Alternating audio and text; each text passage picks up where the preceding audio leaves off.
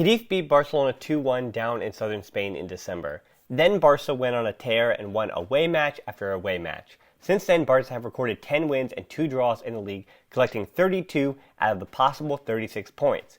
But even since they collected all those Liga points, they lost 4-1 to PSG in the Champions League. And this match seems to just be the next chapter of what happened against PSG. I mean, it was the same starting lineup, so not much would have changed, and not much did change against a team that did a radically different style. Before we get into any of this match, little quick note, Guardiola did make his first team debut at the Camp Nou against Cádiz in December of 1990. The rest is history, so I at least wanted to start what is going to be a largely negative match review with a little bit of positive history. Cádiz coming into this match had even lost 4 straight, and while they did take points off Real Madrid and Barca earlier in the season, they certainly were in a bad run of form coming into the match. In theory, it was also a historic day for some of the individuals on the Barcelona side of things, the 400th match for Busquets, and Messi's 506th Liga appearance, which passes Xavi's record for the most in Barcelona history. But regardless of those milestones, starting the same 11 that started against PSG should have yielded, because of the talent on the field, at least better results, and I think that's why you're seeing such a negative reaction to this match, certainly.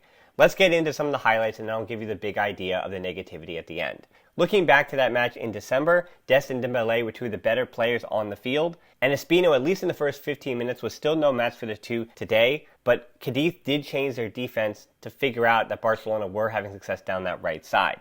17th minute, Messi gets a chance from Busquets, but a good job by Fali and Ledesma to shut down his shooting angle. Pedri did some special things in that first half. He played with a ton of confidence, and I think Pedri was the brightest spot in this match. And I guess that's more of an insult to everybody else than it was a compliment to Pedri that your 18-year-old playmaker is the most influential player in this match when you're playing against a low block like that.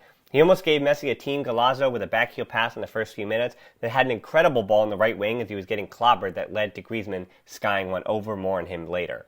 Busquets' long passing was also really good in that first half, and it should be expected that Busquets is one of your better players against Cádiz. This is a level that we know Busquets can boss a game at. He can't necessarily go against the Champions League giants like PSG or Bayern Munich, but he should be one of the better players against Cádiz, at least on the field overall. 29th minute, Messi's curling shot from outside the box, Ledesma standing on his head. There was also a fun connection mentioned on the BN Sports, which is true. Ledesma coming from Rosario Central, and the rival of that team, Newell's Old Boys, so these two have known each other for quite some time. The 1-0, the goal for Barcelona, Pedri wins Barca a penalty, build up from Busquets, he got clobbered, then Alba, then Pedri. Pedri doing a good job trying to jump between two Cádiz defenders, and they were too sloppy and bring him down. Messi passes it into the net. That's 3 of 4 from the spot on the season for Messi, and the 38th La Liga team that he has scored against. At that point, yeah, Barca weren't looking entirely great, but they did score first, and a lot of times against these relegation-fighting teams, that's when the floodgates can open. That's what happened with Deportivo Alavés, who fought valiantly for the first 30 minutes or so, just like this one, but this one obviously wasn't a repeat performance of last week. Because Barca, even though the goal wouldn't come for many minutes later, they almost conceded seconds after they scored, coming down Barca's left side, so Brino can't direct the cross into the net, but a better player certainly would have. 39th minute, Messi, Griezmann, De Jong, but De Jong offside. Easy call for that one. 44th minute, Dest, as I said, he was having success down that right side, gets it into Pedri, and what a goal that would have been. Unfortunately, it was Griezmann being offside. Griezmann again. We'll say, as far as doing this match review, that's strike 2. We'll get to strike 3 and 4 and 5 in a minute. Second half, moving the ball too slowly. And that was a lot of what's happening in the first half, but it continued in the second. Barca passing around just too slowly. You cannot break down a low block unless you're one-touch passing and you're having your passes go both horizontally and vertically. De Jong in particular, you know that I like to praise De Jong, but he was not moving the ball well enough. He was taking too many dribbles, and even though his runs are helpful, because Barcelona doesn't have a number 9, you think if they actually had a real number 9, that De Jong wouldn't be able to make those runs into the box, or at least he wouldn't need to. My worry then is if there is a proper number 9, we're going to see what happened with De Jong with Suarez, where he winds up not really being able to make an impact at all because his passing is just not good enough horizontally. And yes, he can make vertical passes and pick things out, but even his long passing up over the top, you don't really see that as often as you should. So if he's not making his runs forward against low block teams, he's not really making an impact, just like he did in this match. And he also struggled in the last 60 minutes of PSG, so maybe this is a little bit of confidence for a player that was absolutely outstanding in the month of January.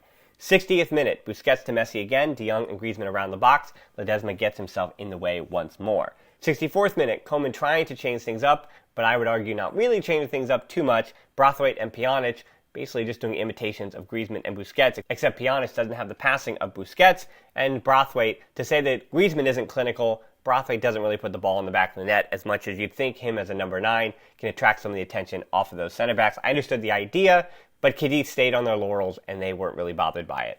74th minute, Trincao on for Pedri. Pedri, as I said, was Barca's best creator, not named Messi on the night, arguably maybe better than Messi in the match. Dembélé stays on and moves to the left. Dembélé, ineffective other than 1 or 2 good runs coming in from the sideline, never could beat the last defender. Passing completion was fine, but he never made the pass he needed to make. His final third decision making, it's been better this season. And there has to be recognition that he has been improving at that this season, but then making the wrong decisions against PSG and then following up in this match that I would consider even against Cádiz, because Atletico Madrid were dropping points, this was a must-win match, and Dembélé for the second straight match did not have very good decision-making in the final third, even though all those tools, all those step-overs, all those movements one-on-one were all still there today, just as they were against PSG, but the finishing product is not what Barcelona is expecting from Dembélé. So disappointing from Dembélé certainly today. Should have been the biggest disappointment, but somehow, we'll get to that in a second. 80th minute, Puig and Mingueza on for Dembélé and Dest. Dest on the day had 4 key passes against Cádiz. I thought he did rebound rather well after facing Mbappe. And as I had said after PSG, Dest certainly could have done worse against Mbappe. I think he gave it a pretty good effort for a player just coming back. And I think he'll continue to slot himself back into the starting right back spot, even in a few months when Roberto's healthy, and I think even over Mingueza. But Mingueza probably should be playing in another position. Before we talk Mingueza, let's talk Puig though. He did bring some life to the game. I think a lot of life to the game, actually. Just wide of his own shot from Mingueza. And this isn't some big Puig campaign about, yeah, maybe he probably should have even started this match because you knew that Cádiz was going to go low block. So there's certainly a good argument for that. And it's a note that goes back to the fact that Barca need to move the ball quicker. And they do so when he's on the field. They did so against Quique Setien last year when Puig had a good run out there in the second half of the season. And then this season, in recent weeks, when he's come on and Koeman has trusted him more, Barca just moved the ball from side to side better when he's on the field. And Pedri does all the little things better, and he's still the better player, but those two together probably should have stayed on the field. And it was De Jong in this instance who should have come out. He was the one who was ineffective in this match, and De Jong didn't have the skill set to break down Cádiz. But Pedri and Puig together probably should have been trusted in front of Pjanic in this moment, because it's not like those three can't cut out the counters that Cádiz were half-heartedly trying to put forward. And just like Busquets against Cádiz, Puig's issues aren't issues against a side that is sitting back like them. I mean, I would have brought him on at halftime, for goodness sake. And I think the 80th minute was much too late for him. Because at that point, Barcelona was still struggling, and you could tell that they were desperate to get that second goal, knowing what was about to happen. There's a lack of trust in that back line, and the back line rewarded that lack of trust, because in the 88th minute, Lenglet, you had to say, what the heck, Clement Lenglet? He fouled Sabrino, recklessly swinging his leg, and then to substitute Alex Fernandez, former Real Madrid youth player and brother of Nacho, as he brought up in his post-game interview, he was excited to score that penalty against Barcelona and take the points off them. He converts the penalty for Cádiz.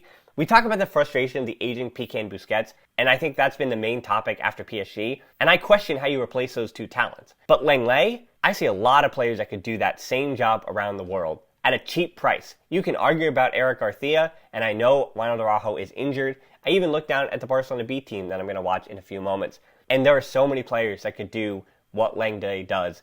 I mean, in one-on-one defending at least. Umtiti arguably have done the same thing. And this is a match that Umtiti should have started, as we keep mentioning. Umtiti is outclassed by better opponents, and especially speedy forwards that can run at you. And he does also make noticeable mistakes. But Umtiti adds something with the ball, at least against a Cádiz side that was in that low block, that was necessary for Barcelona. That's also the third penalty that Lenglet has conceded this season. So for all the good and bad, because we know the highs and lows of Umtiti are certainly, I think, on the edges of the highs and lows of Lenglet. He's much more moderate. When Umtiti is bad, he's worse than the worst Lenglet. But when he's good, especially in a match against a low block team, which we've seen before, Umtiti has the ability to really do something well. But again, Koeman couldn't find the answers. The response to this match is going to be worse, I know, because of what happened against PSG. Barcelona were offside so many times, and that's not really on the manager, but he needed to make adjustments to make sure that stopped happening. This match finished 21-3, 5-1 on shots on target. Possession was 81% to 19%. The defense concedes too many goals. Mingueza probably should have been playing center back if you don't trust Umtiti or Lenglet. And finishing is the major problem again, even more so than the defense conceding too much. Griezmann went from great form and those goals so quickly dried up again, and the absence of a real number 9 is glaring. Messi not converting anything outside of his penalty also didn't help. This league table was cut down to just 6 points, and as many times as this season we're going to say that Barca are out of the league race, Atletico and I think Real Madrid are going to continue to bring Barcelona back in, and that means culés are going to continue to be disappointed. If Barcelona drop points for the next 3 or 4 weeks and the Liga for Barcelona was actually completely dead, not just theoretically dead, but numerically, because it's possible and because Atletico Madrid keep dropping points against sides like Levante, which they've done twice in the last week, this is still the reason why Barca aren't winning La Liga, barring a miracle. They just don't pick up enough points themselves. The two giant Madrid sides drop points. And because Barca does, that makes this league still possible, but still impossible. If that makes any sense. Yes, there are still negative ideas. The feelings of PSG are not yet gone, and I think for a match that was supposed to, for the players at least, get rid of those bad vibes, I don't think they did that. But they do have a match against Elche midweek, so we'll see how that one turns out. And until then, Forza Barca.